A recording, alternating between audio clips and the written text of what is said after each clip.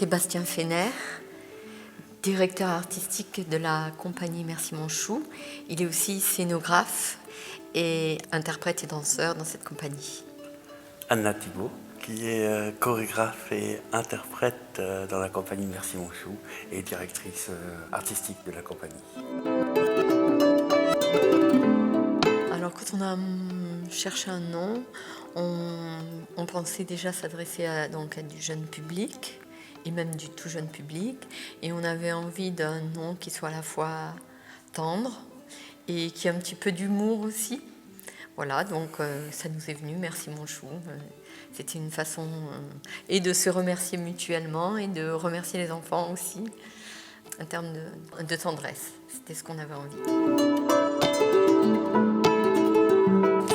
Alors ici, nous sommes en train donc de réaliser notre premier travail de plateau pour un spectacle qui s'appelle La dignité des gouttelettes, donc dédié à la petite enfance et à un public familial. Ce spectacle aborde donc, comme son titre l'indique, le thème de l'eau.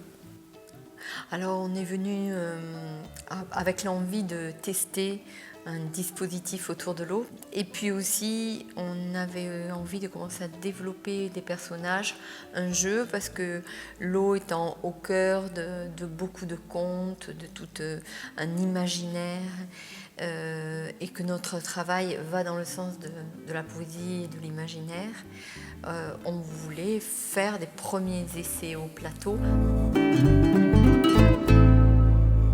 Alors il y a des choses qui sont testées dans notre atelier auparavant, toute la recherche, on dira concrète, matérielle, qui dit eau, dit pompe à eau, dit fabrication de bassins, toutes ces choses-là, mais on ne peut pas les tester, on les fabrique seulement.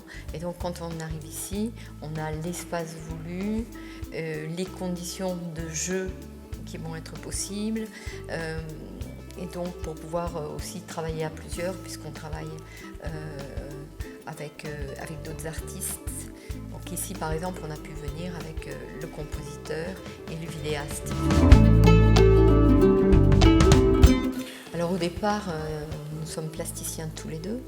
Nous avons une formation art plastique, beaux-arts et une pratique, voilà.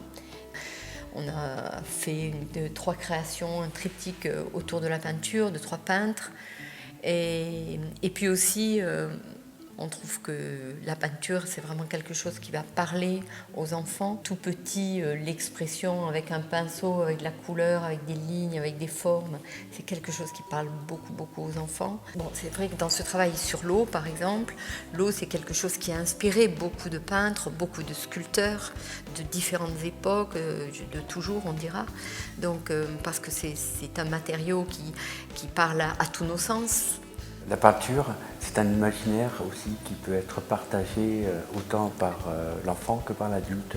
Et d'essayer de créer cette magie que l'adulte et l'enfant regardent dans la même direction en tant que spectateur et un partage. Ce partage avec une double lecture possible.